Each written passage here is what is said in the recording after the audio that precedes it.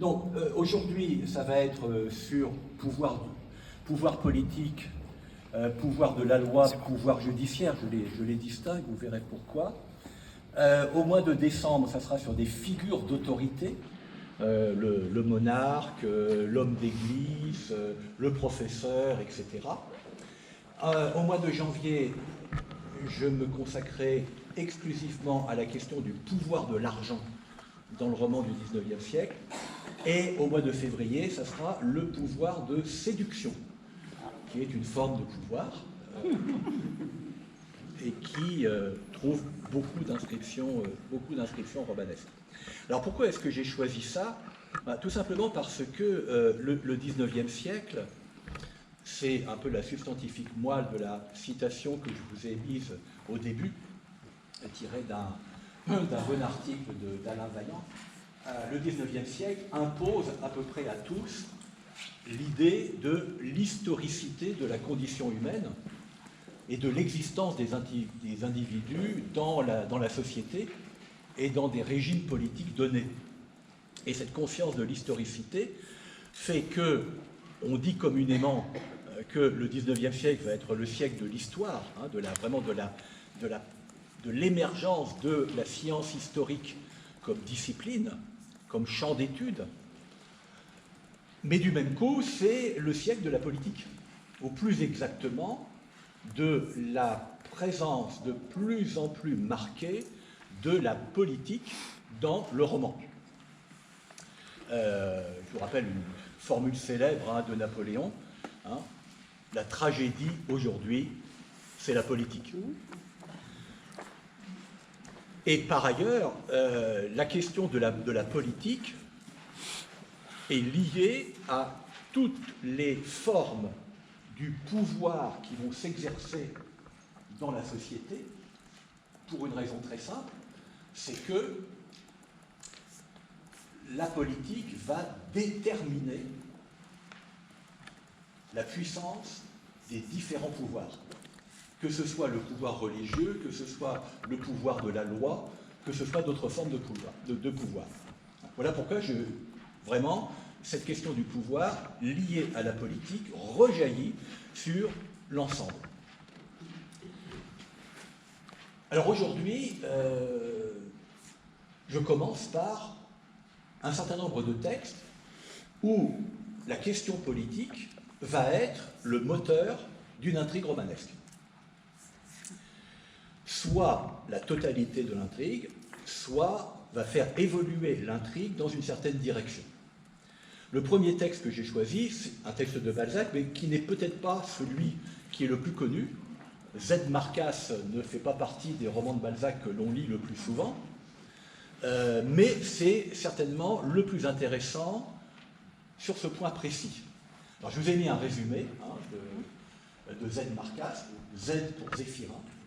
Il y a une anecdote, Balzac aurait raconté à un de ses amis que se promenant dans les rues de Paris, il voit une enseigne avec Z. Marcas et se serait tourné vers son ami, je l'appellerai Z. Marcas. Vrai ou pas, peu importe. Alors, qui est Z. Marcas? Donc, c'est un jeune homme brillant, talentueux, dont les capacités devraient lui permettre d'accéder aux plus hautes fonctions. Ce serait un bel exemple de méritocratie à l'époque de la Restauration ou de la monarchie de Juillet. Et en réalité, son destin va devenir un destin tragique. Et tout est lié à l'inscription de Z. Marcas dans le champ du politique. Il est victime, en fait, d'un ancien ministre qui l'a aidé, qui lui a promis monts et merveilles, et qui va le rejeter dès qu'il n'aura plus besoin de ses services. Cas de figure qui n'a rien d'exceptionnel.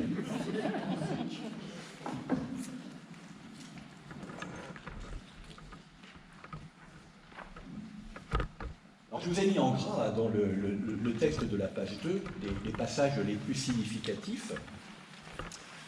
Marcas avait appris tout ce qu'un véritable homme d'État doit savoir, Aussi son étonnement fut-il excessif quand il eut l'occasion de vérifier la profonde ignorance des gens parvenus en France aux affaires publiques.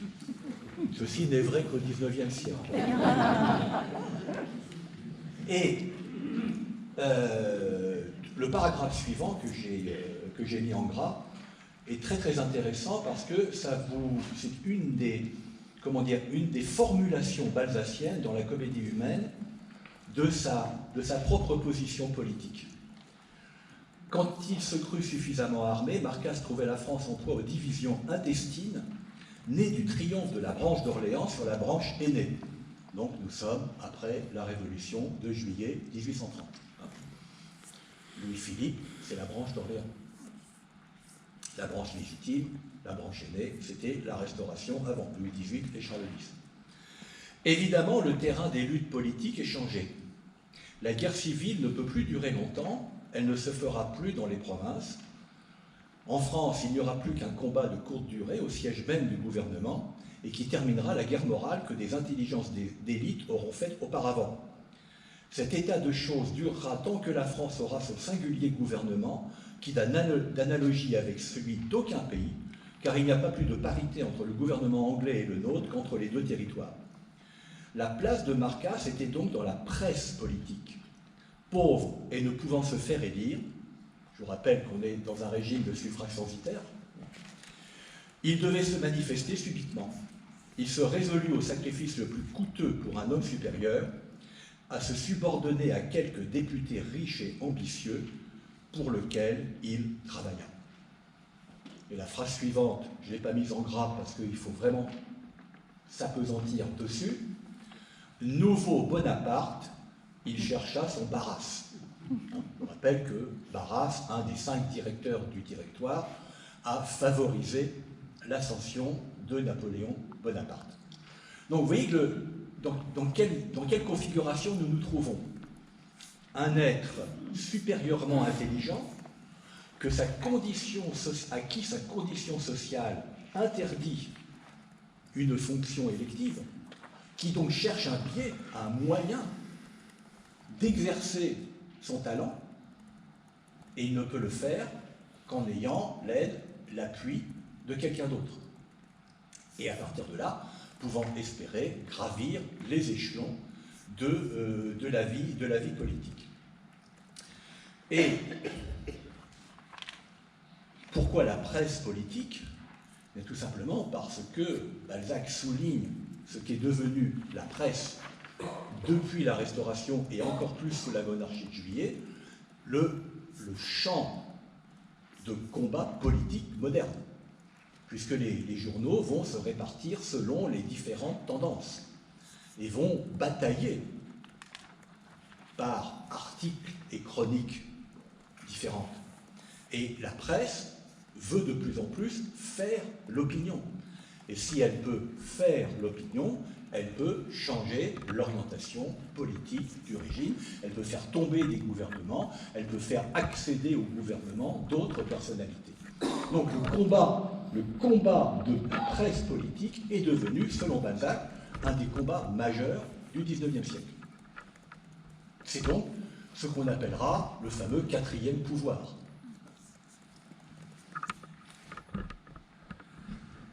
Et donc, que va faire Marcasse? Donc, il va écrire pour le député, pour la faction à laquelle le député appartient. Et c'est ce que vous avez en gras dans le dernier paragraphe. Cet homme, c'est-à-dire celui pour lequel il travaille, celui qui est caractérisé comme étant une des 50 prétendues capacités politiques, cet homme n'existe que par Marcasse.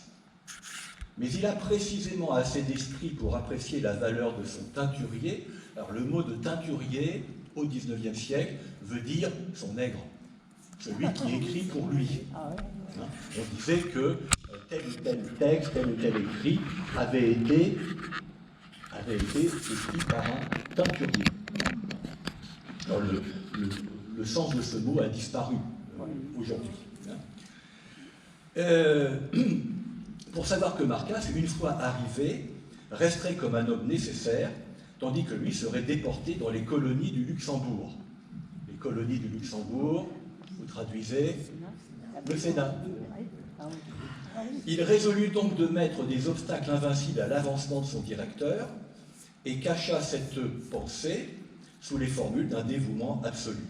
Comme tous les hommes petits, il sut dissimuler à merveille, puis il gagna du champ dans la carrière de l'ingratitude, car il devait tuer Marcasse pour n'être pas tué par lui. Ces deux hommes, si unis en apparence, se haïrent dès que l'un eut une fois trompé l'autre. L'homme d'État fit partie d'un ministère, Marcasse demeura dans l'opposition pour empêcher qu'on attaquât son ministère, à qui, par un tour de force, il fit obtenir les éloges de l'opposition, etc., etc.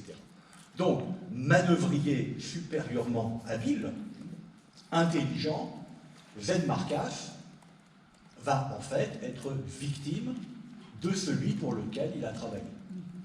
Donc voilà un magnifique exemple de l'impossible accession à des fonctions importantes d'un personnage que sa condition sociale brime, bride, faute d'argent. Là, nous touchons au pouvoir de l'argent dont on parlera au mois de janvier. Donc je vous recommande vraiment la lecture de Z. Marcasse. C'est un court roman qui est, sur le plan, je dirais, de la dimension politique de la comédie humaine, un des plus importants.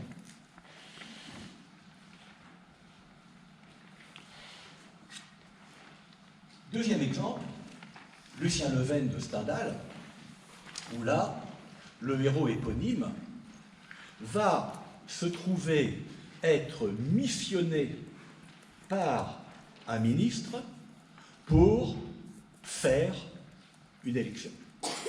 Autrement dit, pour se livrer à toutes les manœuvres nécessaires pour faire élire le candidat officiel gouvernemental. Ce qui est relativement facile sous la monarchie de Juillet, encore une fois, puisque nous sommes dans un régime de suffrage censitaire, que le nombre d'électeurs dans une circonscription, particulièrement une circonscription provinciale, est assez réduit. Donc il est simple d'aller influencer les électeurs, dont on a la liste, nécessairement, puisque ce sont ceux qui payent au-dessus d'un plancher d'impôts. Et on peut également faire jouer toute une série de réseaux d'influence, en particulier en diffusant des pamphlets, en faisant écrire tel ou tel article dans la presse locale, etc. etc. J'ouvre une parenthèse. Je crois avoir déjà eu l'occasion de vous dire que si dans Madame Bovary, le marquis de la Vaubyessard invite les époux Bovary au dîner et au bal qu'il donne, c'est pour des raisons politiques. C'est parce qu'il réunit chez lui les électeurs de la circonscription dans laquelle il candidate. Et Charles Bovary fait partie des électeurs, puisqu'il paye un impôt suffisamment important pour être sur la liste des électeurs. Simplement, Flaubert va écarter complètement de la scène du bal de la Vaubyessard, il va écarter cette dimension politique à laquelle, à l'inverse, Balzac aurait accordé la place principale. Il aurait rapporté les conversations, il aurait montré comment le marquis va voir un tel, pour lui dire « Ah, votre fils a tiré le mauvais numéro pour le service militaire, on peut s'arranger. Votre fille, mais je peux lui faire avoir un bureau de tabac très important, les bureaux de tabac à l'époque, etc., etc. » Balzac aurait mis le projecteur là-dessus. Flaubert, délibérément, dépolitise cette grande scène pour mettre l'accent sur Emma Bovary, éblouie par les splendeurs du château de la Vaubyessard. Mais la raison de ce bal, de ce dîner et de ce bal, est une raison politique. Alors, donc, Lucien Leven, en tant que personnage, a une grande chance, c'est que son père est banquier, et que, en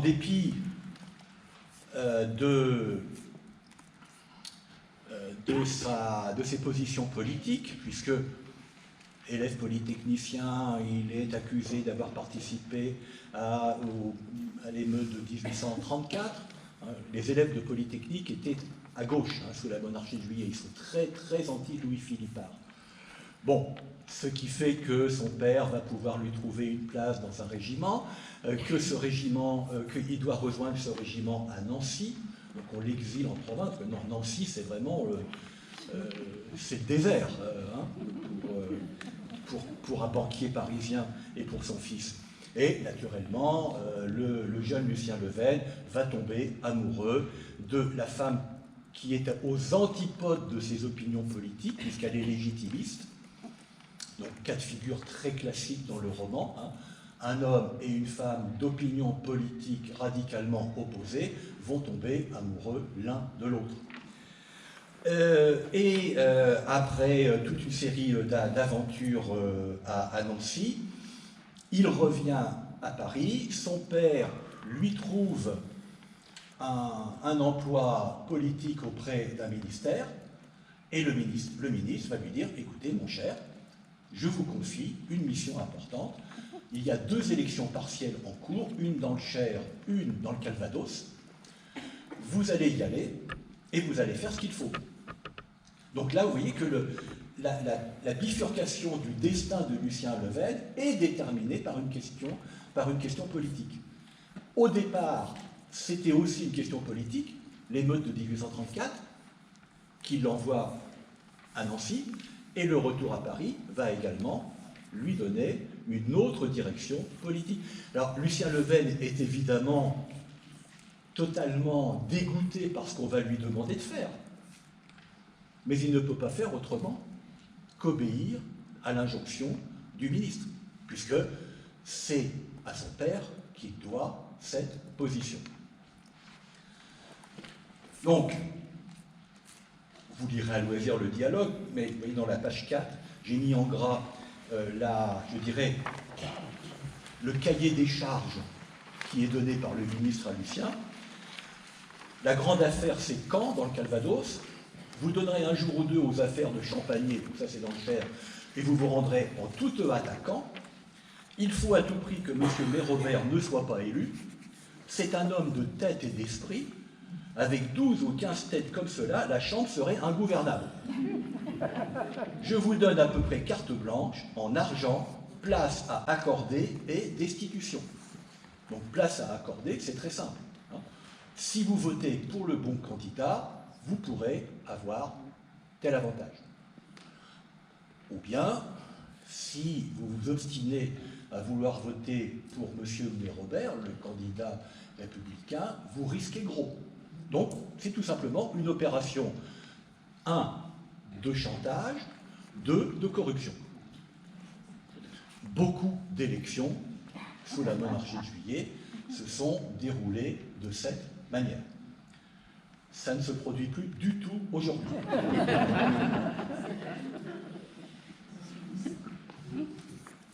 Et vous voyez en haut de la page 5, donc l'une des méthodes privilégiées pour discréditer un candidat.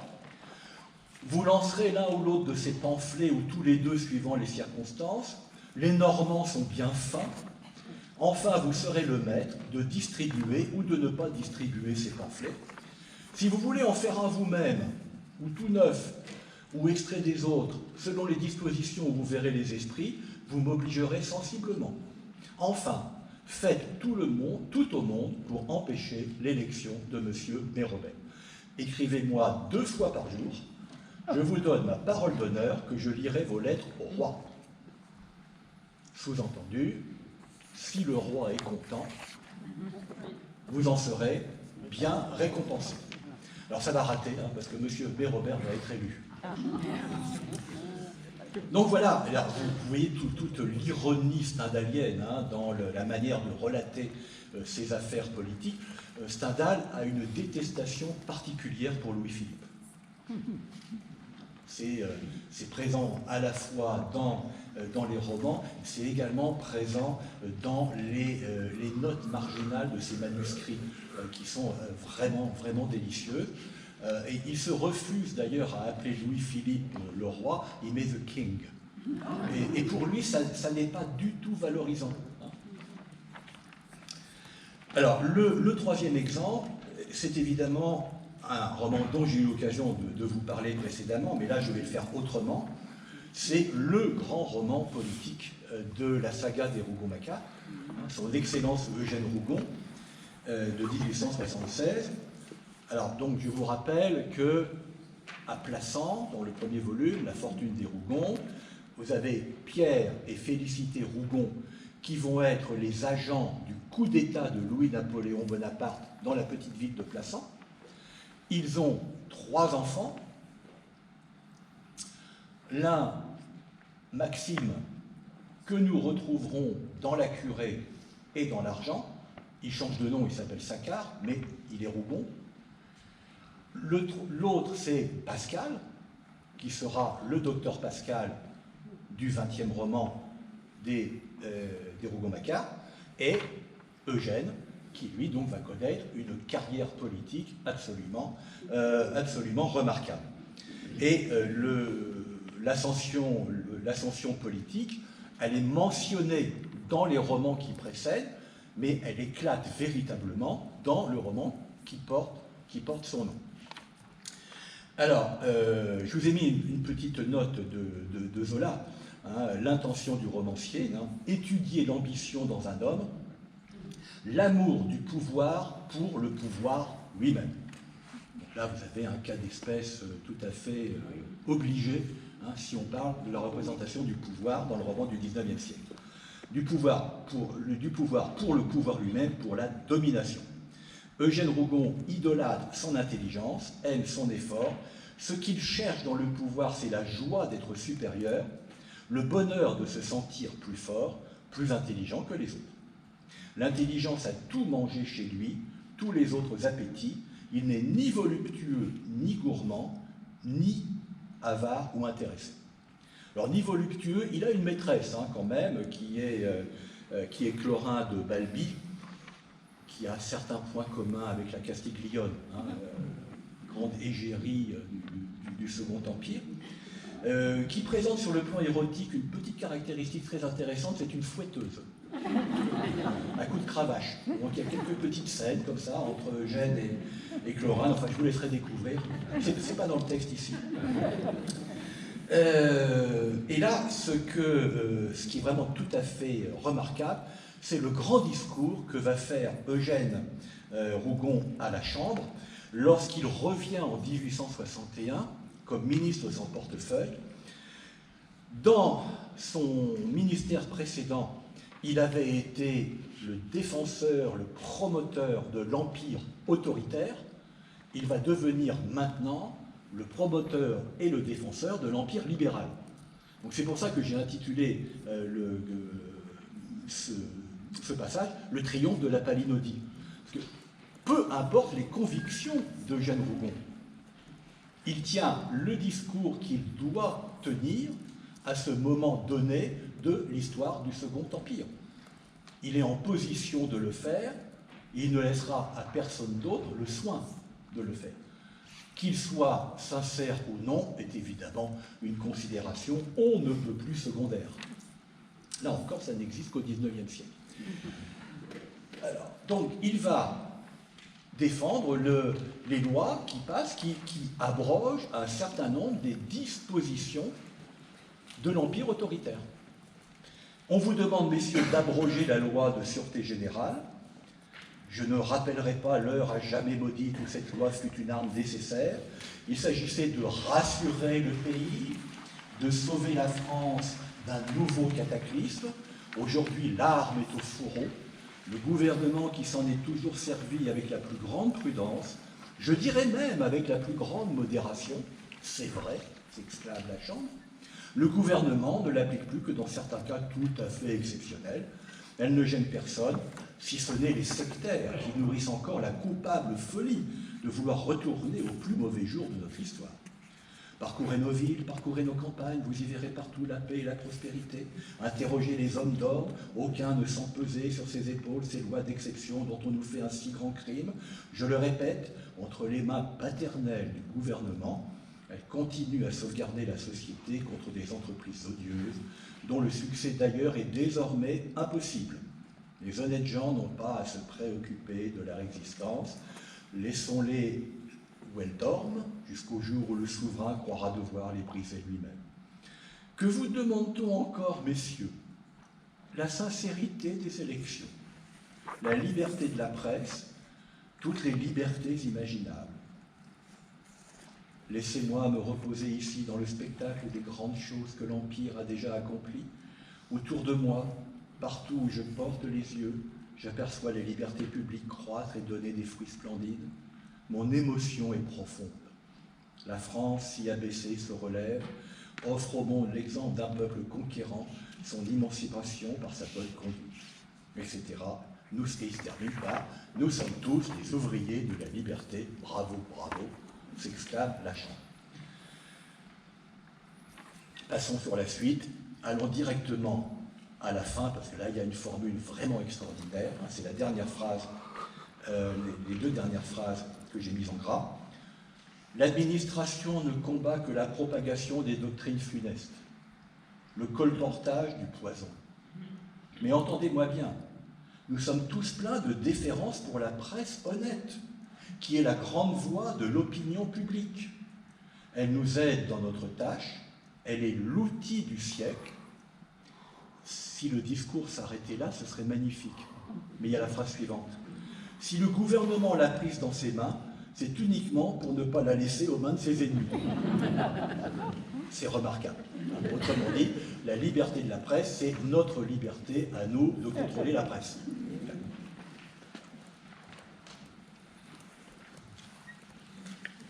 Donc, après ce petit panorama de romans qui sont déterminés par la politique, il y en a bien d'autres, hein, bien entendu, mais bon, je ne peux pas tous citer. Passons à une catégorie conjointe, liée bien entendu à la question du politique, mais qui est le pouvoir de l'État. Alors, le pouvoir de l'État, là c'est pareil, on peut citer énormément de textes. Je prends d'abord le Comte de Monte Cristo. Alors pourquoi le Comte de Monte Cristo? Parce que c'est un roman sur l'injustice et la justice.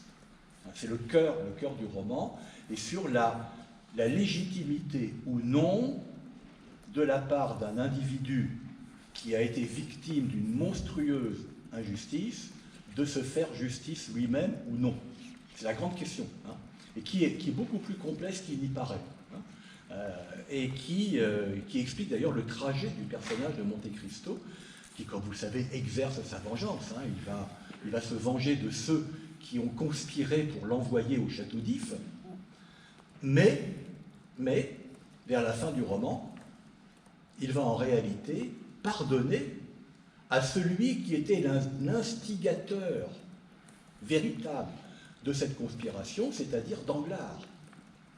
Il lui pardonne. Pourquoi? Parce que lorsque il s'est vengé précédemment, il y a un enfant innocent qui a été victime de sa vengeance. D'où retour sur lui-même, sur la légitimité de son action et ce pardon. Comme si, au fond, après avoir été un personnage impitoyable, il devient un personnage qui rentre, au fond, dans le cercle de l'humanité. Il était surhomme, il redevient humain, il pardonne, il a donc finalement accompli un trajet qu'on peut assimiler à un parcours christique. C'est pour ça qu'il s'appelle le Comte de Monte Cristo. Bien, ça c'est sur la ligne générale de ce roman, qui est un des plus formidables romans du XIXe siècle. Mais le pouvoir de l'État, représenté par Villefort, par le procureur Villefort, je le mets dans le pouvoir de l'État et non pas dans le pouvoir judiciaire, parce que c'est une décision politique. Si Edmond Dantès qui s'appelle Dantès, parce qu'il va aller dans un enfer, qui est l'enfer de Nantes, hein, la prison du château d'If. Si Edmond Dantès est envoyé dans ce château d'If, c'est parce que, vous vous en souvenez, vous vous souvenez du roman, c'est parce qu'on l'accuse d'avoir apporté une missive de l'île d'Elbe à des conspirateurs bonapartistes. Or, un des chefs de ces conspirateurs bonapartistes n'est autre que le père du procureur Villefort, lequel, évidemment, ne veut absolument pas que cela puisse se savoir. Et donc, il sacrifie Edmond Dantès en l'envoyant au château d'If. Donc, on est dans un arbitraire judiciaire qui est en fait un arbitraire politique au nom de la raison d'État. En tout cas, c'est comme cela que Villefort veut le présenter. Ce qui vous explique que Edmond Dantès est envoyé au château d'If. Pourquoi le château d'If? Parce que c'est une prison d'État, justement. C'est une prison pour des prisonniers politiques. Donc voilà le pouvoir de l'État dans le Comte de Monte Cristo. Et vous voyez que le roman va être cette espèce d'affrontement entre le pouvoir arbitraire de l'État et le pouvoir dont il reste à déterminer s'il est légitime ou non de Monte Cristo, d'Edmond Dantès devenu Monte Cristo, de prendre sa revanche sur l'arbitraire qui l'a fait condamner. Et qui l'a, alors, tout le roman est ainsi parsemé, je dirais, de références bibliques. Combien d'années le comte d'Edmond Dantès reste-t-il dans son cachot? Est-ce que vous vous en souvenez? Petite question érudite. Presque 14. Il reste 14 ans, autant que de stations du chemin de croix. Tout simplement. Quel âge a le comte de Monte Cristo quand il a 33 ans? Vous voyez, c'est véritablement de la part de Dumas une multiplication de clins d'œil qui sont tous à lier au titre, au comte de Monte Cristo. Bon. Bien, donc le passage le plus marquant dans ce roman, c'est lorsque Edmond Dantès dit à Alfred, mais on ne me mène pas là pour être emprisonné. Le château d'If est une prison d'État destinée seulement aux grands coupables politiques. Je n'ai commis aucun crime, ce qui est absolument vrai. Est-ce qu'il y a des juges d'instruction, des magistrats quelconques au château d'If? On va lui répondre, ben non, un gouverneur, des geôliers, et c'est tout. Hein. Autrement dit, c'est l'enfermement définitif, sans aucune possibilité de communiquer avec l'extérieur. La grande chance, c'est que, évidemment, dans le cachot voisin, il y aura l'abbé Faria. Vous savez qu'il a vraiment existé, hein, l'abbé Faria. C'est un personnage historique que Dumas, évidemment, récupère. Il est mentionné dans les Mémoires d'Outre-Tombe. Chateaubriand raconte qu'il a dîné chez Delphine de Custine, hein, sa grande amie, en compagnie de l'abbé Faria, dans lequel il voit un imposteur. L'abbé Faria historique était un grand adepte du magnétisme et en particulier du mesmérisme. Vous savez, le fameux baquet de Mesmer, hein, où on était censé pouvoir se guérir de tas de choses par le magnétisme. Bien. Donc voilà la grande question que pose Edmond Dantès. Et devant les réponses des gendarmes qui le conduisent au château d'If, page 8, il tombe immédiatement dans le désespoir. Dantès, au reste, ne fit point une résistance inutile. Sa lenteur venait plutôt d'inertie que d'opposition. Il était étourdi et chancelant comme un homme ivre. Il vit de nouveau des soldats qui s'échelonnaient sur le talus rapide. Il sentit des escaliers qui le forçaient de lever les pieds. Il s'aperçut qu'il passait sous une porte et que cette porte se refermait derrière lui. Mais tout cela, machinalement, comme à travers un brouillard, sans rien distinguer de positif. Il ne voyait même plus la mer, cette immense douleur des prisonniers qui regardent l'espace avec le sentiment terrible qu'ils sont impuissants à le franchir. Donc, le cachot est une tombe. De cette tombe, il pourra s'évader, vous vous souvenez comment, hein, l'abbé Faria va mourir, et Edmond Dantès va se substituer au cadavre de l'abbé Faria dans le linceul. On le jette à la mer. Il a pris la précaution de prendre un objet coupant pour découper le linceul, nager et pouvoir ainsi s'échapper. Ce qui rend un tout petit peu invraisemblable l'évasion, parce que l'abbé Faria est désigné comme étant absolument chétif et squelettique, alors que Edmond Dantès, malgré plusieurs années de captivité, doit quand même peser plus lourd. Mais passons, ça fait partie des licences romanesques d'Alexandre Dumas. Les licences cinématographiques sont encore pires. Hein. Lorsque c'est Gérard Depardieu qui a incarné Edmond Dantès, le comte de Monte Cristo, on a peine à imaginer que les geôliers qui balancent le corps de Depardieu dans la mer ne se rendent pas compte qu'il est un peu plus pesant que l'abbé Faria. Passons. Bien, alors, deuxième grande affaire que le roman du XIXe siècle va mettre en évidence, c'est que l'État moderne est un État qui a un bras particulièrement puissant, qui est celui de la police. Alors me direz-vous, la police existe bien avant le XIXe, certainement. Mais le rôle que le roman va accorder à la police est là quelque chose de tout à fait nouveau, et c'est lié à la Révolution française, en particulier chez Balzac. Alors, Balzac va être à la fois le grand roman des bandits avec Vautrin, le grand romancier des bandits avec Vautrin, c'est également le grand romancier de la police, hein, avec deux grandes figures. Ce ne sont pas il y en a d'autres, hein, mais il y a deux grandes figures. La première, c'est celle que vous voyez dans Le Père Goriot, celui qui va reconnaître et arrêter Vautrin dans la pension de la mère Vauquet, hein, qui se présente sous le nom de Gondureau, mais qui en réalité s'appelle Bibi Lupin. J'affirme haut et fort que Maurice Leblanc, qui connaissait admirablement Balzac, a nommé son héros Arsène Lupin d'après le Bibi Lupin de la comédie humaine. J'ai pas de preuves, enfin pour moi ça me paraît absolument évident. Et alors Bibi Lupin, c'est un forçat devenu policier, sur le modèle de Vidocq. Et le nom Bibi Lupin est très probablement, sur le plan rythmique, il est très certainement forgé par Balzac, sur le nom d'un forçat qui était célèbre à l'époque, qui s'appelait Coco Belleuil, dont le surnom était Coco Belleuil. Donc il y a Gondureau, et alors l'autre grande figure, c'est Corentin.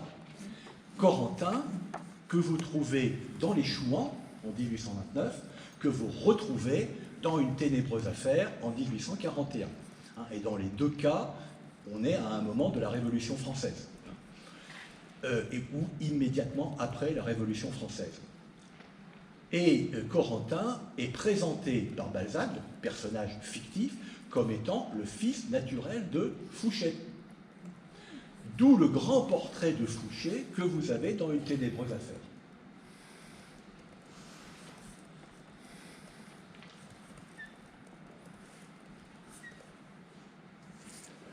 Après avoir reconnu dans les affaires de la machine infernale, donc ça c'est l'attentat de la rue Saint-Nicaise, et de la conspiration dont il s'agit ici, donc celle de Ténébreuse affaire, l'excessive supériorité de ce grand homme d'État, Napoléon lui rendit le ministère de la police. Ce singulier génie, là, il faut peser chaque mot, sous la plume de Balzac ici, ce singulier génie qui frappa Napoléon d'une sorte de terreur, ne se déclara pas tout à coup chez Fouché. Cet obscur conventionnel, l'un des hommes les plus extraordinaires et les plus mal jugés de ce temps, se forma dans les tempêtes. Il s'éleva sous le Directoire, à la hauteur d'où les hommes profonds savent voir l'avenir en jugeant le passé, puis tout à coup, comme certains acteurs médiocres qui deviennent excellents éclairés par une lueur soudaine, il donna des preuves de dextérité pendant la rapide révolution du 18 Brumaire. Cet homme au pâle visage, élevé dans des dissimulations monastiques, je vous rappelle effectivement que Fouché avait prononcé ses vœux, qui possédait les secrets des montagnards auxquels il appartint, et ceux des royalistes auxquels il finit par appartenir, avait lentement et silencieusement étudié les hommes, les choses, les intérêts de la scène politique. Il pénétra les secrets de Bonaparte, lui donna d'utiles conseils et des renseignements précieux. Satisfait d'avoir démontré son savoir-faire et son utilité, Fouché s'était bien gardé de se dévoiler tout entier. Il voulait rester à la tête des affaires, mais les incertitudes de Napoléon à son égard lui rendirent sa liberté politique. L'ingratitude, ou plutôt la méfiance de l'empereur après l'affaire de Walcheren, ça c'est en 1809, une affaire hollandaise, explique cet homme qui, malheureusement pour lui, n'était pas un grand seigneur et dont la conduite fut calquée sur celle du prince de Talleyrand. En ce moment, ni ses anciens, ni ses nouveaux collègues ne soupçonnaient l'ampleur de son génie purement ministériel, essentiellement gouvernemental, juste dans toutes ses prévisions et d'une incroyable sagacité. Alors bien comprendre ce que veut dire Balzac avec purement ministériel, essentiellement gouvernemental. Autrement dit, l'homme de pouvoir qui maîtrise parfaitement la fonction qui est la sienne, qui est un homme de dossier, qui est un homme de réseau, qui, en étant placé à une position stratégique, la police, dans le gouvernement, est en fait l'homme le plus puissant du gouvernement. C'est comme ça qu'il faut comprendre, essentiellement gouvernemental. Et ainsi, c'est ce que vous avez en conclusion, la dernière phrase que j'ai mise en gras. Fouché se réservait ainsi une grande partie des secrets qu'il surprenait et se ménageait sur les personnes un pouvoir supérieur à celui de Bonaparte. Cette duplicité fut un des griefs de Napoléon contre son ministre. Parce qu'évidemment, nous savons que Fouché était un homme de dossier, il avait des dossiers sur tout le monde, et il savait faire pression sur un tel ou une telle, en faisant comprendre que si certaines pièces, certains éléments de dossier sortaient publiquement, ce serait plutôt gênant. Et vous avez vu l'admiration que Balzac porte à Fouché, qui est la même que celle qu'il porte à Talleyrand. Alors pourquoi, me direz-vous, Balzac va accorder un tel privilège à cette figure-là? Il y a au moins 3 raisons qui l'expliquent. La première, c'est que dans l'analyse que Balzac fait de la Révolution française, l'une de ses conséquences majeures, c'est l'émergence du pouvoir policier dans la société moderne. Pouvoir policier qui s'explique, selon Balzac, par la raison suivante. L'un des effets de la Révolution a été d'abolir, au fond, toute légitimité de pouvoir. Et le pouvoir révolutionnaire ne peut s'imposer que par la violence. Et il va donc mettre au point une violence d'État dont 2 éléments vont être absolument décisifs. La première violence d'État, c'est la terreur. La France est quand même le pays qui a inventé la terreur d'État. Elle n'a pas inventé la terreur, mais elle a inventé le terrorisme d'État. Et la seconde, c'est que la police devient nécessaire à l'exercice du pouvoir. Puisque la notion même de légitimité ayant été abolie, pour que le pouvoir puisse s'imposer, il faut qu'il contrôle les citoyens. La police devient un élément du contrôle des citoyens, devient le moyen du contrôle des citoyens. Ça, c'est la thèse balzacienne. Donc, le grand policier, c'est une des figures capitales du XIXe siècle. Ça, c'est la première raison. La deuxième raison, c'est que Fouché, au fond, porte sur le monde, sur la société, sur les hommes, par l'étendue de ses connaissances, par l'acuité de son regard, il porte un regard analogue à celui du romancier Balzac lui-même. Celui qui dévoile, celui qui met à jour, qui met au jour, les rouages de la société, celui qui fait comprendre. Il y a une sorte de parenté entre l'esprit d'un Fouché, tout savoir, tout connaître, pour dominer, bien sûr, et l'esprit du romancier Balzac, tout savoir, tout connaître pour faire comprendre.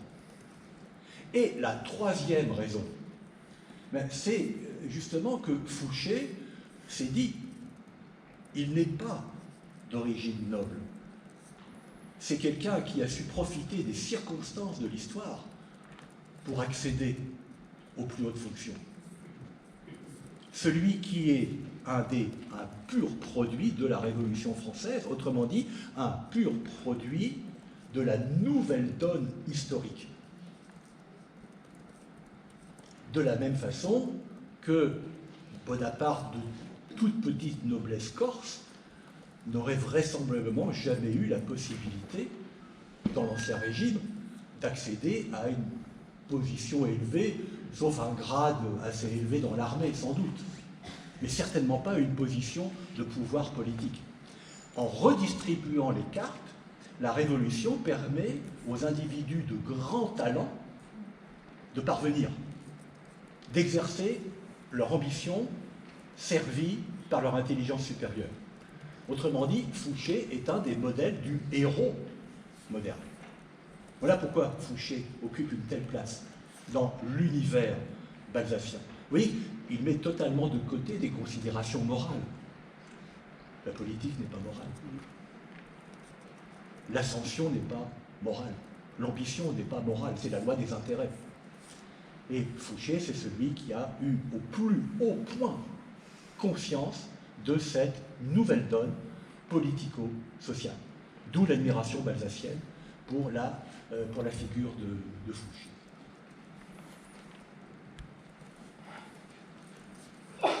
Et après cela, alors je vous ai mis au fond une contre-épreuve sous la plume de Barbey d'Aurevilly. Barbey d'Aurevilly, écrivain contre-révolutionnaire, mais dont l'analyse de la Révolution est tout aussi passionnante que celle faite par Balzac lui-même. Pour Barbey d'Aurevilly,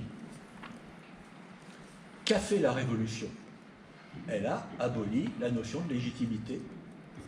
Et cette notion de légitimité, il faudrait pouvoir la rétablir, il faudrait pouvoir la restaurer, et il sait très bien que c'est devenu impossible. Donc c'est un écrivain de la nostalgie de l'Ancien Régime. Non pas un Ancien Régime réel, un Ancien Régime idéalisé, presque fantasmé. D'où la nostalgie d'un pouvoir légitime de l'État, d'un État qui peut exercer son pouvoir d'une manière équitable, parce que sa légitimité est reconnue par l'ensemble des sujets. Pourquoi? Parce qu'on est dans une société de type organique, selon Barbey d'Aurevilly. C'est le grand thème de l'organicisme au XIXe siècle. Qu'est-ce qu'on appelle un État organique ou une société organique? C'est un État ou une société dans lesquels chacun des éléments constitutifs est en rapport de complémentarité avec les autres, comme les organes le sont à l'intérieur du corps. Donc ça constitue le grand corps de l'État ou le grand corps de la société. Donc lorsqu'une société organique est bouleversée par un événement de type Révolution française, ça donne quoi? Ça donne une société désorganisée, où les organes de la société sont dissociés les uns des autres, où chaque individu va entrer en guerre avec tous les autres, puisque chaque individu n'obéira plus qu'à la seule loi de son propre intérêt. Ce qui vous explique le thème de l'ambition dans le roman du XIXe siècle. Qu'est-ce que c'est qu'un ambitieux? C'est quelqu'un qui veut se donner les moyens nécessaires pour parvenir. Et qui, pour cela, doit se frayer un chemin, doit franchir les obstacles, doit nouer des alliances, doit éliminer des adversaires. C'est exactement ce que Vautrin explique à Rastignac dans le Père Cornu. Hein.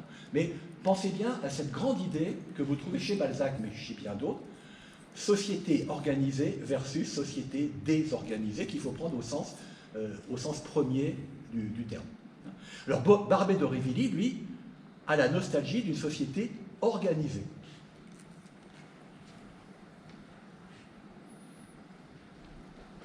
Et donc, c'est dans une des nouvelles des Diaboliques, les dessous de cartes d'une partie de whist.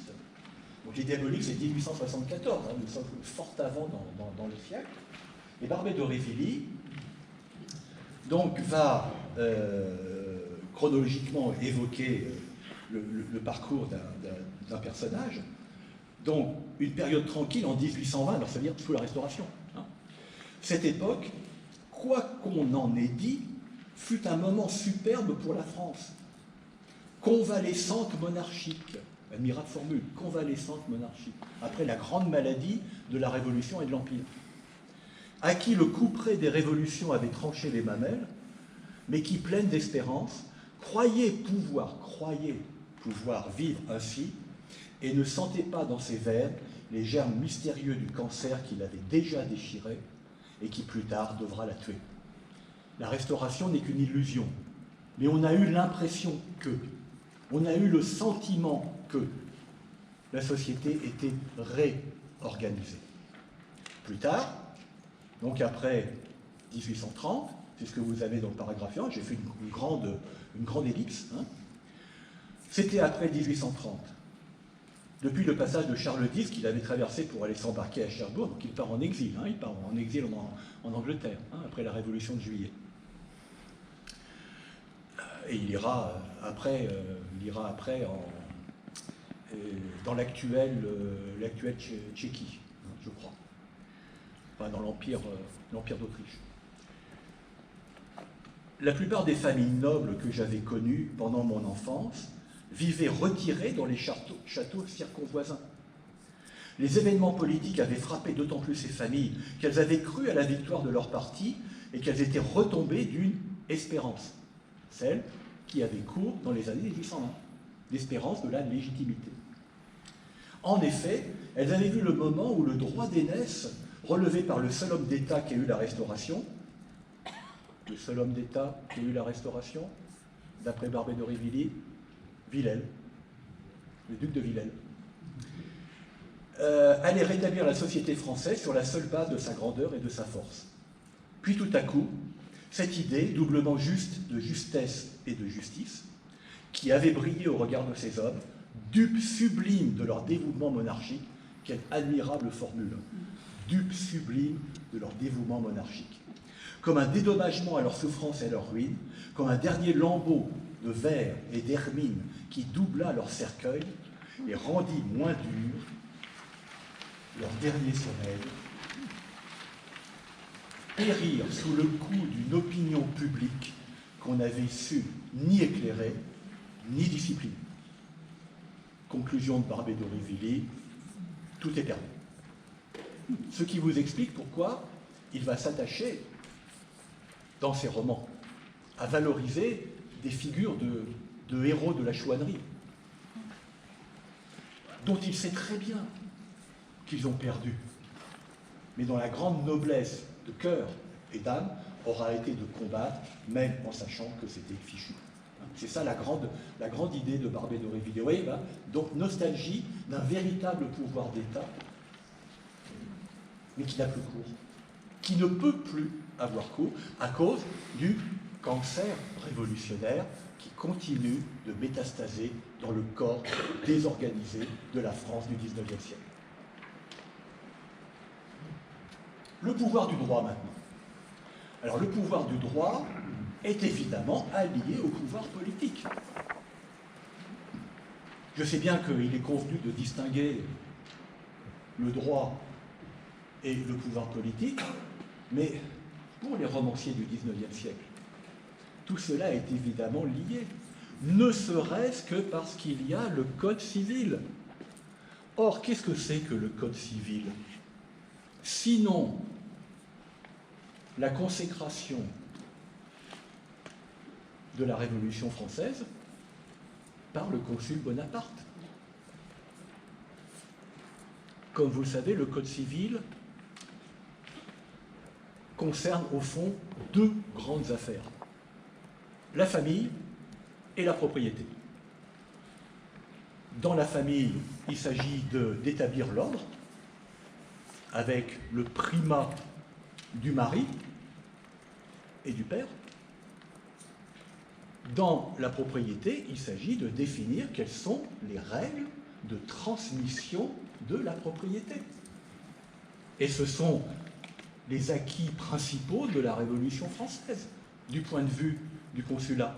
Il faut stabiliser la Révolution française dans ce qu'elle a apporté de solide à la nouvelle société française. Donc redéfinir le mariage, les conditions du divorce, les rapports entre le mari et la femme, les rapports entre les parents et les enfants, le partage de l'héritage entre les enfants, etc., etc. C'est ça le Code civil.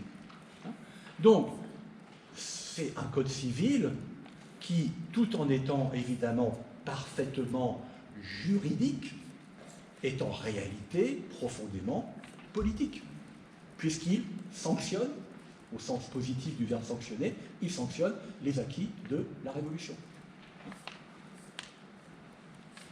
L'acquisition des biens nationaux est définitive. Les transferts de propriété qui se sont faits sous la Révolution française sont définitifs. Même la Restauration ne pourra pas le changer. La charte de 1814, qui est octroyée par Louis XVIII, et ce qui prouve la grande intelligence politique de Louis XVIII, garantit la légitime possession des biens nationaux aux acquéreurs de biens nationaux. Sinon, ça se serait très mal passé. Les nouveaux propriétaires n'auraient pas admis la restauration monarchique. Mais à partir du moment où la propriété était garantie, laissons faire.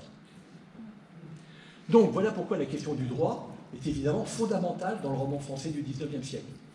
Parce que les situations des personnages, leur parcours, vont être mis en rapport avec le Code civil, avec ce que le Code civil permet ou ne permet pas. Ça vous explique tous les romans du mariage au XIXe siècle. Ça vous explique tous les romans sur la question de la propriété au XIXe siècle. Alors j'ai pris un premier exemple alsacien, qui est le colonel Chabert, un des textes les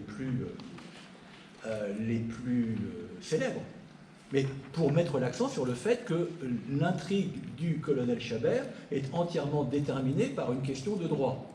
Pourquoi? Vous vous souvenez, le colonel Chabert a été considéré comme mort à la bataille d'Eylau, sa veuve s'est remariée, et paf, le colonel revient. Mais c'est un énorme problème, puisque, comme il a été déclaré mort, il n'a plus d'existence légale. Il est en état de ce qu'on appelle au XIXe siècle de mort civile. La mort civile, c'est tout à fait répertorié dans le droit de la première moitié du XIXe siècle. Et la mort civile, c'est une sanction terrible qui est accordée à des individus coupables de nombreux délits ou crimes, qui les privent d'absolument tout droit, quel qu'il soit. Et c'est justement à cause de l'énormité de cette sanction que ça a été aboli dans la seconde moitié du XIXe siècle. Mais la mort civile, c'est quelque chose de tout à fait... Et là, vous avez un cas particulier de la mort civile, c'est-à-dire celui qui, ayant été déclaré mort, n'a plus le droit d'être vivant, n'a plus le droit légal d'être vivant. Et donc, c'est ce que l'avoué d'Herville lui explique. J'ai beaucoup de sympathie pour vous, Et pour votre cas, mais ça va être très très très compliqué. Et d'ailleurs, le terme est utilisé. C'est une des premières fois où le mot compliqué est vraiment important dans la langue française. Colonel, aujourd'hui on le dit pour tout et n'importe quoi, là c'est véritablement justifié. Colonel, votre affaire est excessivement compliquée, lui dit Derville en sortant de la chambre pour s'aller promener au soleil au long de la maison. Elle me paraît, dit le soldat, parfaitement simple. L'on m'a cru mort, me voilà, rendez-moi ma femme et ma fortune.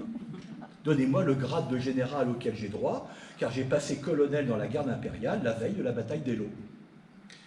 Les choses ne vont pas ainsi dans le monde judiciaire, reprit Derville.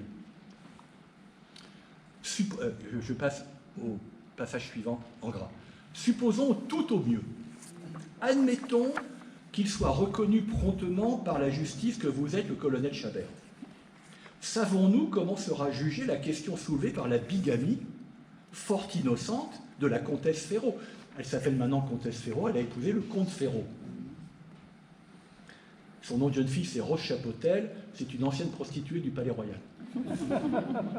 C'est là que le colonel Chabert l'a connue. Mais comme elle était éblouissante dans tous les aspects de sa profession, il l'a épousée. Dans votre cause, le point de droit est en dehors du code et ne peut être jugé par les juges que suivant les lois de la conscience, comme fait le jury dans les questions délicates que présentent les bizarreries sociales de quelques procès criminels. Or, vous n'avez pas eu d'enfant de votre mariage, et monsieur le comte Ferraud en a 2 du sien. Les juges peuvent déclarer nul le mariage, où se rencontrent les liens les plus faibles, au profit du mariage qui en comporte de plus forts, du moment où il y a eu bonne foi chez les contractants. Et voilà comment le piège se referme autour du pauvre colonel Chabert. Et ainsi,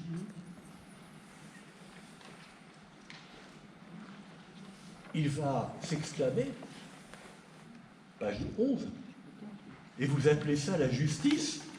dit le colonel ébahi. « Mais certainement, elle est belle. Elle est ainsi, mon pauvre colonel. Vous voyez que ce que vous avez cru facile ne l'est pas. » Et quel va être le conseil que va lui donner Derville? Conseil tout à fait judicieux. Négocier. Essayez de trouver un terrain d'accord pour que vous et la comtesse Ferraud, vous puissiez faire une transaction. Et c'est le titre originel du colonel Chabert. Lorsqu'il a été publié pour la première fois, ça s'intitulait « La transaction ». Et également « La comtesse à 2 maris ». Il y a eu plusieurs titres. La comtesse à 2 maris, bon, ça s'explique très bien, mais la transaction, c'est vraiment le cœur même de l'intrigue. Donc cette transaction, eh bien, elle n'aura pas lieu, et le colonel Chabert finira misérable dans un asile à la fin du roman. Victime de sa mort civile, victime de l'intransigeance de la comtesse et du comte Ferraud, qui se refusent à toute transaction. Donc en fait, il est mort 2 fois. Il est mort fictivement à la bataille d'Eylau et il meurt socialement à la fin du roman dont il est le héros. Voilà le pouvoir du droit. Hein? En l'occurrence, un droit mortel. Alors maintenant, j'ai une pépite qui est le notaire de Chantilly de Léon Gozlan. Je ne sais pas si vous l'avez lu. Je ne sais pas si le nom de Léon Gozlan vous dit quelque chose. Je ne vous reproche pas. Tiens, je ne vous ai pas mis les dates. Alors, il est né en 1803, si ma mémoire est bonne. Donc, vous voyez, il est né presque en même temps que Victor Hugo et Alexandre Dumas, qui sont nés en 1802. Il est mort en 1866. Alors, c'est un personnage important, oublié aujourd'hui. Il n'est connu que des Balzaciens, parce qu'il a écrit Balzac en pantoufles. Et il a été très proche de Balzac. On a dit qu'il était son secrétaire. Balzac n'a jamais eu de secrétaire. Il y a quelques individus qui ont été autour de Balzac, etc., et qui ne tenaient pas le coup devant le rythme de travail, donc ils abandonnaient très très vite. Et il a été chroniqueur, c'est un homme de presse, de très bonne qualité, qui a su se créer un réseau absolument remarquable dans les milieux journalistiques de l'époque. Il est romancier, il est homme de théâtre, on ne le lit plus. Hein, c'est tout à fait... Si les Balzaciens lisent Balzac en pantoufles, enfin, on n'est pas très nombreux, hein, c'est quand même pas un best-seller, mais pour vous donner une idée quand même de la position importante qu'il a occupée, vous savez que Balzac avait créé la Société des gens de lettres, dont il a été le premier président. C'est Léon Gozlan qui lui a succédé, hein, ce qui prouve la notoriété de Léon Gozlan dans le milieu littéraire du XIXe siècle. Alors donc là, pourquoi est-ce que je vous ai choisi le notaire de Chantilly?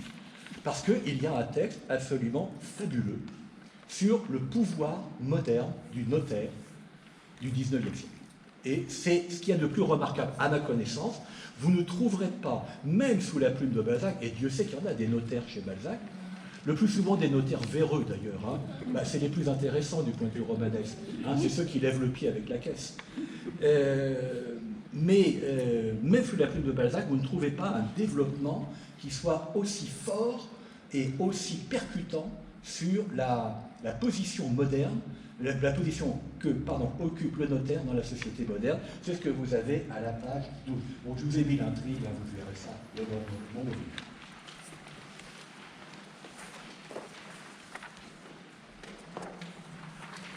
Maurice, donc c'est le prénom du notaire de Chantilly. Il a également écrit Le médecin du Pec, que je vous recommande. Maurice, par sa profession, est plus que tout ce qui est de quelque valeur autour de lui. La société vit sur les intérêts, il les garantit. Donc il est la caution de la société, en tant que notaire. Hein. Il est la loi, il est mieux que la loi, car la loi est muette pour beaucoup. Il l'explique, l'éclaircit, lui donne un son. Il est la loi qui parle. La loi est inaccessible sur son tribunal avec ses juges en haut de la montagne. Lui, la met à pied, l'assied sous un chêne comme le bon roi Saint-Louis et au milieu des moissons pour en régler le partage. Il est la loi qui marche. La loi est juste, mais sévère pour les hommes. Ses yeux sont beaux, mais ils n'ont pas de larmes. Lui, il est la loi qui se penche sur le lit du vieillard, près de l'oreiller de Damidas, comme un fils aîné, qui vient non réclamer sa part plus grande d'héritage, mais faire bonne justice à ses frères. Il est la loi qui pleure. Le contrat garantit la propriété. Le contrat garantit le traité entre le domestique et le maître, entre le chef et l'ouvrier, entre l'argent et l'industrie, entre la tête et le bras, entre la pensée et l'exécution. Mais qui garantit le contrat? Le notaire. Ainsi, toutes les transactions sociales l'ont pour gardien. L'ancien blason du notariat a exprimé pittoresquement ce pouvoir d'unir qu'a le notaire. C'était deux mains l'une dans l'autre. La mission du notaire est d'autant plus grave qu'elle est sans contrôle. Le prêtre relève de Dieu. Le médecin, ce prêtre du corps, relève de la science. L'enfer nous répond des exactions de l'un, les universités sont la caution de l'autre. Celui-ci a un serment, celui-là un diplôme. Le notaire n'a qu'un reçu de son prédécesseur. La vertu fait le prêtre, la science le médecin, l'argent le notaire. Poussé aux limites extrêmes, l'abus que peut faire le prêtre de sa puissance, c'est de vous damner. La plus excessive domination que le médecin soit entraîné à exercer sous votre toit, c'est de séduire votre femme ou d'épouser votre fille. Je ne sais pas si ça se produit souvent maintenant. C'est vrai qu'il n'y a plus beaucoup de visites à domicile. Le notaire n'arrive à son dernier développement d'action morale sur la société que par la ruine de la fortune privée. Et qu'on juge des ravages plus grands que le notaire est en position de causer dans la société. Qu'importe que le prêtre, en colère contre le siècle, abaisse devant le front du pécheur la grille du confessionnal, qu'il lui refuse l'absolution, qu'il interdise l'eau du baptême aux enfants, le voile du mariage aux jeunes filles et l'huile sainte aux mourants. La mairie de l'arrondissement est là, elle baptise, marie et enterre. Qu'importe enfin que les prêtres nous chassent du temple comme des vendeurs, nous vendrons à la porte du temple. Qu'importe aussi les séductions d'alcôve du médecin. Il a suborné une femme, épousée par surprise une riche héritière, ou elle si grand mal, autant lui qu'un autre. Et sommes-nous là aujourd'hui? En sommes-nous là aujourd'hui? D'ailleurs, pourquoi n'êtes-vous pas le médecin de votre femme? La civilisation nous a appris à nous passer d'une foule de servitudes que subissaient nos grossiers aïeux. Nous sommes aussi forts en jurisprudence pour le moins que les avocats, en politique, en droit, dans ces guerres plus que nous, mais nous ne savons pas seulement sonder une plaie. Avec la moitié du temps que nous perdons à apprendre à danser, nous devrions finir médecins, souvent mauvais sans doute. Ceux qui ont des diplômes sont-ils infaillibles? La société privée, moderne, ne reposant que sur les intérêts et non sur la vertu, le marchand vertueux qui n'a pas d'argent ferme boutique, le négociant vertueux sans argent n'est pas reçu à la bourse, le citoyen vertueux sans argent ne sera jamais député, maire ou conseiller municipal. Eh bien, n'est-ce pas l'office du notaire de placer, de déplacer, de faire produire cet or, cet argent, ces capitaux, ce tout avec lequel on est tout, changer les termes, appeler honneur, considération, vertu, la possession de ces capitaux, et le notaire sera le directeur de conscience auquel l'homme s'est livré. Texte absolument remarquable, que je m'étonne de ne voir dans aucune anthologie sur toutes ces questions-là, mais qui formule de manière absolument lumineuse le poids du notaire dans la société du XIXe siècle. Oui, encore aujourd'hui, mais là, c'est véritablement montrer que c'est le notaire qui est la pièce maîtresse du monde social contemporain. Donc voilà pourquoi j'avais un petit peu distingué pouvoir du droit et pouvoir judiciaire auquel nous arrivons maintenant. Alors là encore, une autre pépite, un roman frénétique, alors ce qu'on appelle la littérature frénétique, hein, c'est une tendance du romantisme dans les années, autour des années 1830. Ça n'a pas duré très longtemps, mais c'est effectivement une littérature qui va privilégier l'excès des situations, des personnages. C'est tout à fait extraordinaire.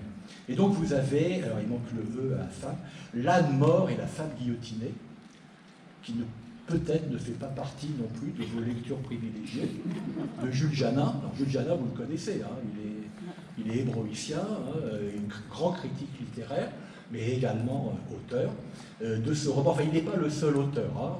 C'est un roman qui a été écrit à plusieurs mains. Plusieurs des chapitres de l'âne mort et la femme guillotinée ont été écrits par des amis de Jules Janin, dont Balzac. Balzac a écrit un chapitre. Ça fait partie de ces, de ces petits défis littéraires que se donnaient un certain nombre d'auteurs. Ils se réunissaient, ils se donnaient un projet et ils se répartissaient le travail. Hein. Je crois que je vous avais déjà raconté cette anecdote que l'on prête à Alexandre Dumas. On ne prête qu'aux riches. Alexandre Dumas réunit plusieurs amis. Il y a Théophile Gautier, il y a Balzac. Écoutez, mes amis, aidez-moi. Je dois absolument rendre le manuscrit d'une pièce demain matin. Je n'en ai pas écrit la première ligne. Je vous propose qu'on écrive chacun un acte. Nous y arriverons. Et l'un des autres dit, très bien, quel est le sujet? Oh, ben alors si on commence à parler du sujet, on n'a pas fini.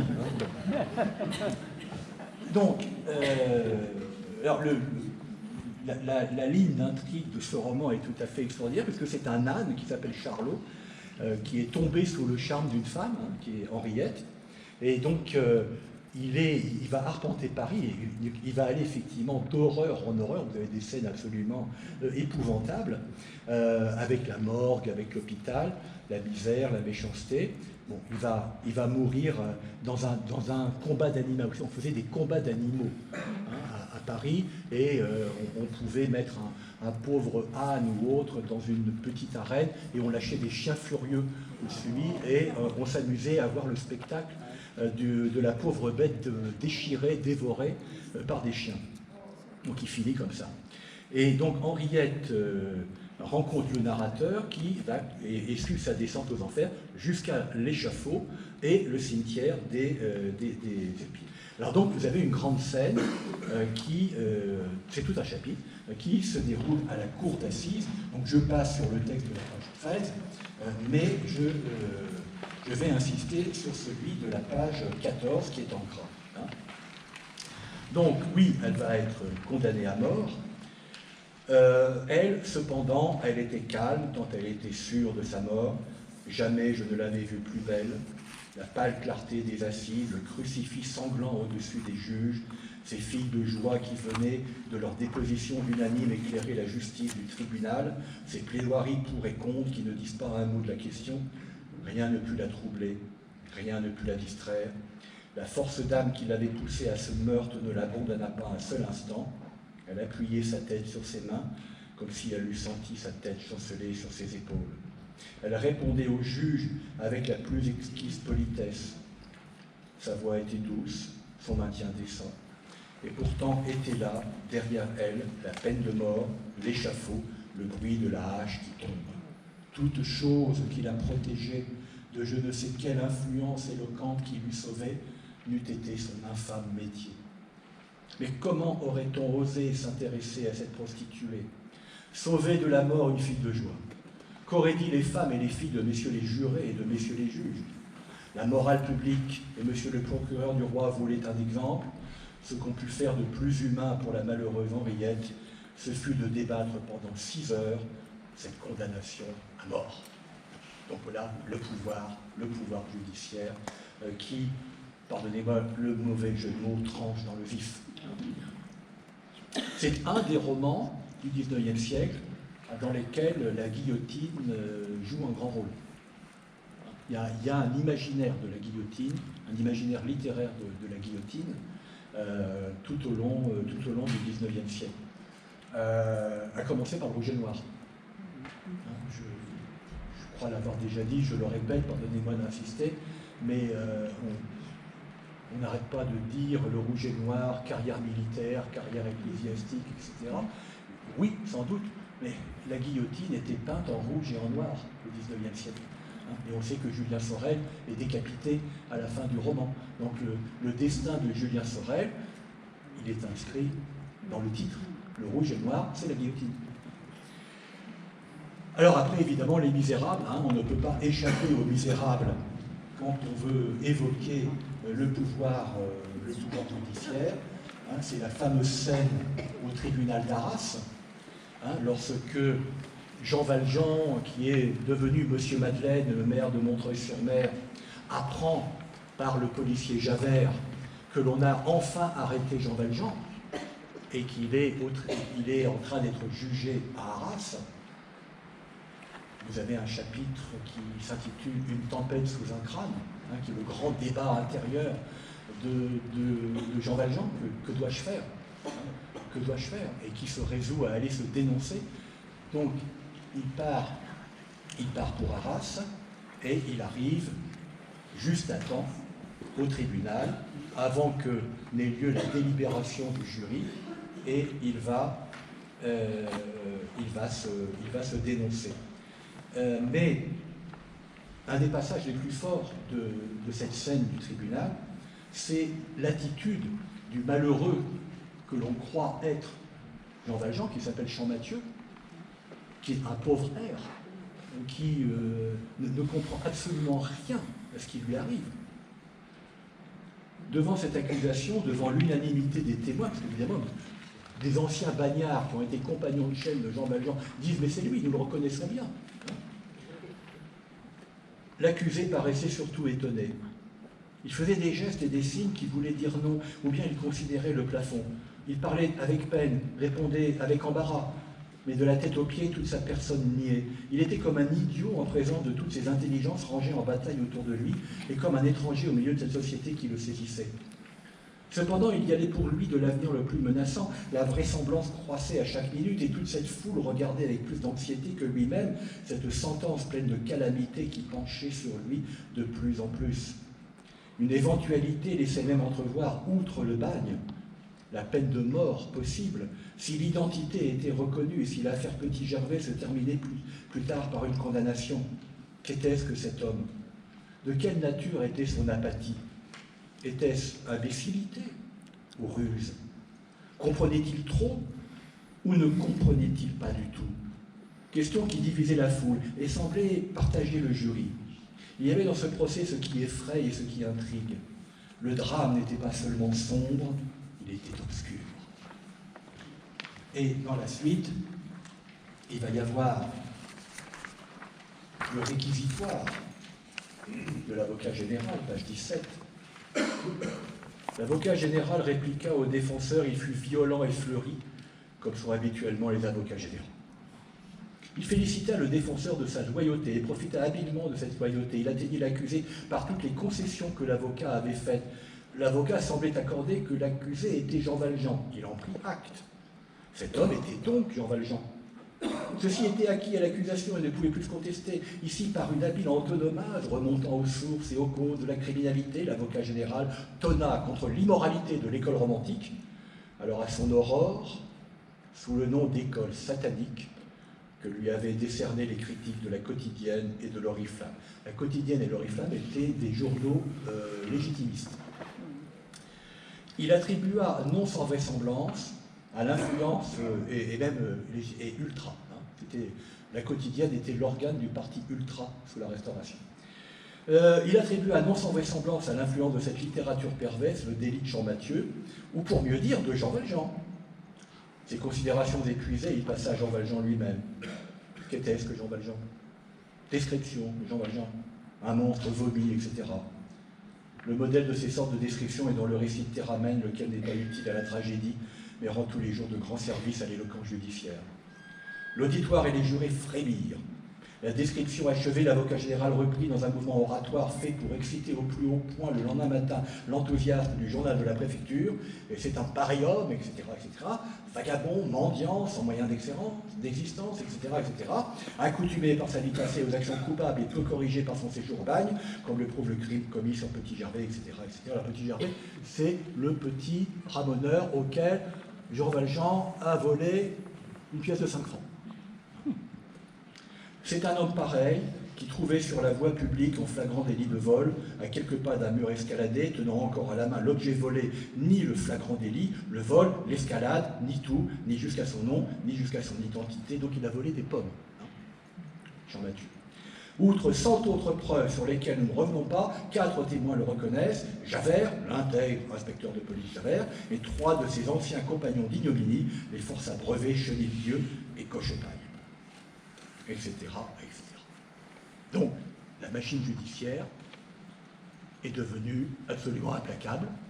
L'issue ne semble plus faire de doute. Le bagne, voire la guillotine, est au bout.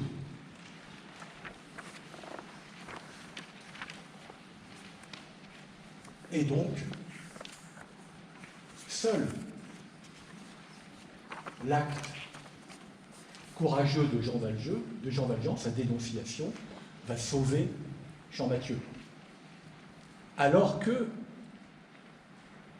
tout était en place pour que Champmathieu soit condamné et que ipso facto, Jean Valjean, le vrai, soit sauvé. Si le roman s'arrête là, eh bien,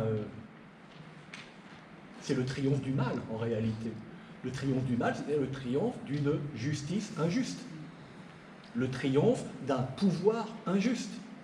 Le triomphe d'un pouvoir oppresseur. Donc il faut sauver Jean Valjean. Alors pourquoi faut-il sauver Jean Valjean? Bon, d'abord pour que le roman continue, nous sommes bien d'accord. Mais avant tout parce que si Jean Valjean se sauve par sa dénonciation, par la révélation qu'il va faire, il va pouvoir accomplir quelque chose de plus grand. Et ce qu'il va accomplir de plus grand, eh bien ça va être tout simplement de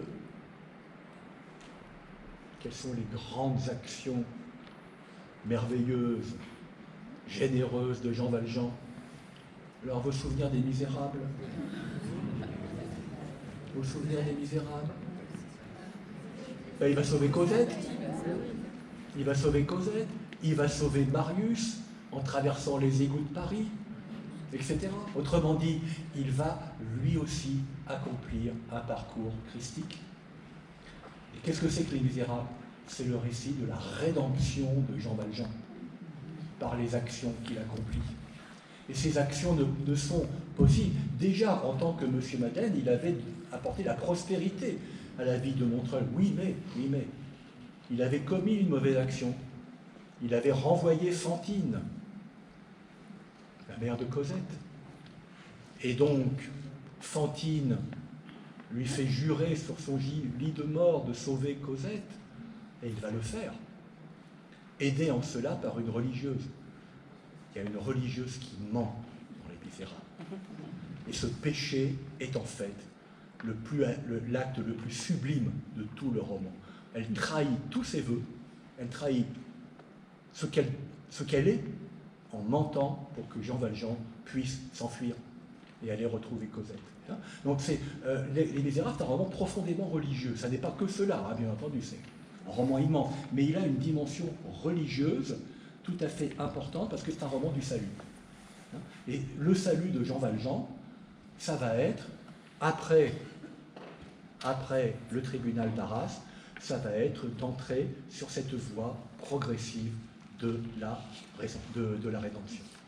Il va sauver la pauvre orpheline, hein, il va en faire sa fille adoptive, il prend le nom de Jean Mathieu, hein, comme une sorte, si vous voulez, d'acte de contrition d'une certaine façon, hein, mais aussi en changeant d'identité, en assumant celle de Jean Mathieu, il s'attribue le destin d'un malheureux.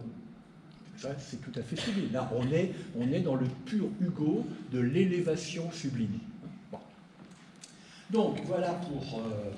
voilà. Et le dernier texte que je vous ai mis, alors là, encore une fois, comme tout à l'heure, Barbé d'Aurevilly, qui était le contre-exemple sur la question du pouvoir, c'est un contre-exemple amusant, de Maupassant, sur un jury qui fait preuve de mansuétude. Il n'y en a pas beaucoup hein, dans la littérature du XIXe siècle, mais c'est dans une nouvelle qui s'appelle L'Assassin, que vous retrouvez dans le Rosier de Madame Husson. Et donc, quelle est l'histoire? Bon, c'est un caissier de banque, hein, Jean-Nicolas Lougère, qui a assassiné son patron.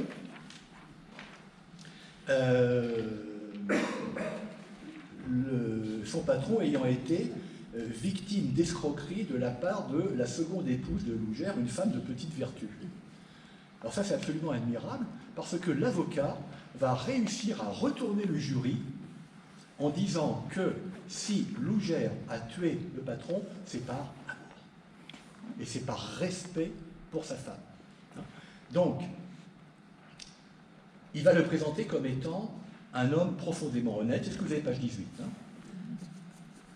Jean-Nicolas Lougère est le fils de gens très honorables qui ont fait de lui un homme simple et respectueux. Là est son crime, le respect. C'est un sentiment, messieurs, que nous ne connaissons plus guère aujourd'hui, déjà, dont le nom seul semblait exister encore et dont toute la puissance a disparu. Il faut entrer dans certaines familles arriérées et modestes pour y retrouver cette tradition sévère, cette religion de la chose ou de l'homme, du sentiment ou de la croyance, revêtue d'un caractère sacré, cette loi qui ne supporte ni le doute, ni le sourire, ni l'effleurement d'un soupçon. Donc, toute la plaidoirie va être construite autour du thème de l'honnêteté de l'accusé, et il va raconter le premier mariage de M. Lougère, qui va malheureusement se terminer tragiquement par le décès de l'épouse, mais il ne peut pas vivre sans femme.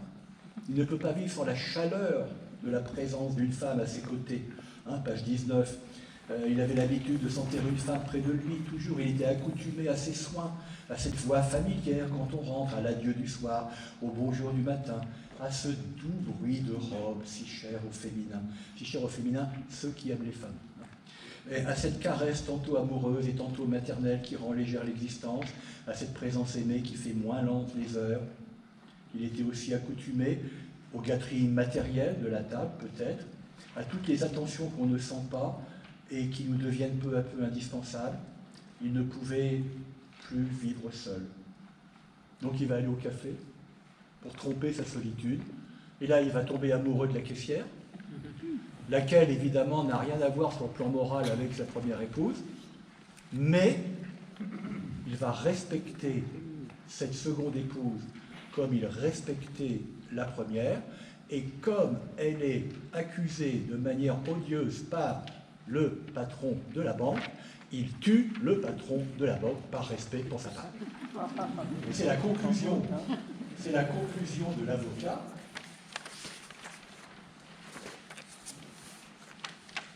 qui s'appuie sur les derniers mots du banquier.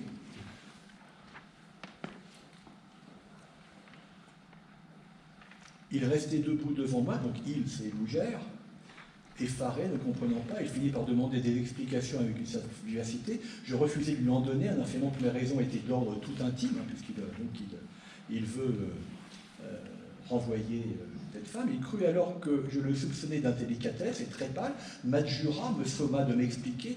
Parti sur cette idée, il était fort et prenait le droit de parler haut. Alors, c'est difficilement vraisemblable parce qu'il est en train d'agoniser, hein, le malheureux. Il a quand même un langage d'une précision et d'une articulation logique remarquable. Comme je me taisais toujours, il m'injuria, m'insulta, arrivé à un tel degré d'exaspération que je craignais des voies de fait. Or, soudain, sur un mot blessant qui m'atteignit en plein cœur, je lui jetai à la face la vérité, donc sur sa femme. Il demeura debout quelques secondes, me regardant avec des yeux hagards, puis je le vis prendre sur mon bureau les longs ciseaux dont je me sers pour émarger certains registres, puis je le vis tomber sur moi, le bras levé, et je sentis entrer quelque chose dans ma gorge, au sommet de la poitrine, sans éprouver aucune douleur. L'avocat reprend la parole. Voici, messieurs les jurés, le simple récit de ce meurtre. Que dire de plus pour sa défense? Il a respecté sa seconde femme avec aveuglement parce qu'il avait respecté la première avec raison. Après une courte délibération, le prévenu fut acquitté. Donc là, c'est très drôle, mais c'est un cas rare de jury qui se laisse séduire par le discours de l'avocat qui présente son client comme un homme dont le crime est absous parce qu'il a tué par respect pour sa femme. C'est une façon de louer le crime passionnel. Je vous remercie.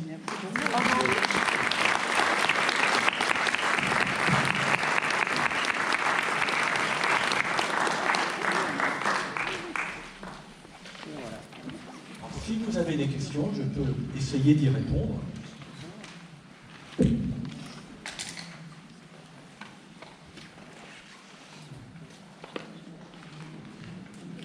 Non? Oui? Quand vous avez parlé des électeurs qui étaient des gens vaccinés, Oui. j'ai cru comprendre, mais je ne sais pas que si ces gens pouvaient avoir des influences, il fallait vérifier qu'ils avaient pensé qu'on leur avait demandé. Est-ce que c'était anonyme? Ah, à partir du moment où vous avez un registre des électeurs, un registre nominatif des électeurs, qui sont ceux qui payent au-dessus d'un seuil d'imposition, le vote n'est évidemment pas anonyme. Il ne peut pas l'être, en réalité. Et de la même façon que pour être électeur, vous deviez payer un certain montant d'impôt, pour être éligible, il fallait également payer, et c'était plus élevé que pour être électeur. Ce qui fait que le personnel parlementaire du XIXe siècle jusqu'à ce que le suffrage universel soit rétabli, donc sous la Restauration, sous la monarchie de Juillet, c'est un personnel qui appartient aux classes aisées de la société, pour des raisons tout simplement liées à l'impôt. Voilà. Comme ça marche. Oui? Est-ce que les enfants peuvent être emprisonnés? Bien sûr que les enfants peuvent être emprisonnés. Oui, oui. J'ai oublié, là j'ai un trou de mémoire, j'ai oublié quel était l'âge légal à partir duquel on pouvait emprisonner des enfants au XIXe siècle. Et je crois que ça n'était pas très élevé. C'était pas très élevé.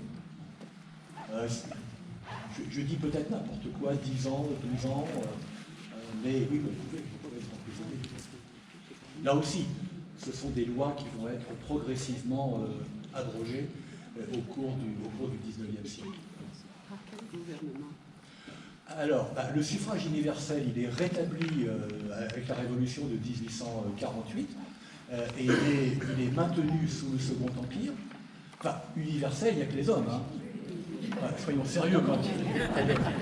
On ne va quand même pas confier un bulletin de vote aux femmes. Non, il faut quand même rester dans les limites de la raison. Mais donc c'est à partir de 1848 que le suffrage universel va être rétabli. Ce qui permettra les plébiscites sous le Second Empire en particulier. Et l'excuse de minorité n'est arrivée que juste après la Deuxième Guerre, là. Ça n'existait pas avant. L'excuse de minorité? Oui. Non, je ne crois pas que crois pas que ça existait. Oui, non, pas du tout. D'ailleurs, ça pose de gros problèmes en ce moment. Ouais. D'autres questions? Oui, Oui. le fait que les hommes politiques présentaient une fortune, aussi d'être séduits par les ors et les murs des palais. Oui, pour leur éviter d'être corrompus, disons les choses. Oui, enfin, ça ne marche pas toujours. Hein. Voilà. Oui, il y avait cette idée-là. Mais il y a une idée aussi très très profondément idéologique. Hein. C'est qu'il ne faut pas que le peuple vote. Oui, Hein, parce qu'il est capable de n'importe quoi. Voilà. Donc, la fortune permettait d'accéder oui. au rang légitime et pas... C'est ça. Hein. Et donc, ce qui fait que sous la encore une fois, je reviens à ce que je vous disais, sous la Restauration et sous la monarchie de Juillet, dans une circonscription, vous pouvez réunir les électeurs d'une manière tout à fait commode. Hein. Et donc, vous pouvez parler individuellement à chacun d'entre eux pour les convaincre, si besoin est, et avec des moyens qui peuvent être éventuellement coercitifs. Il faut orienter le vote.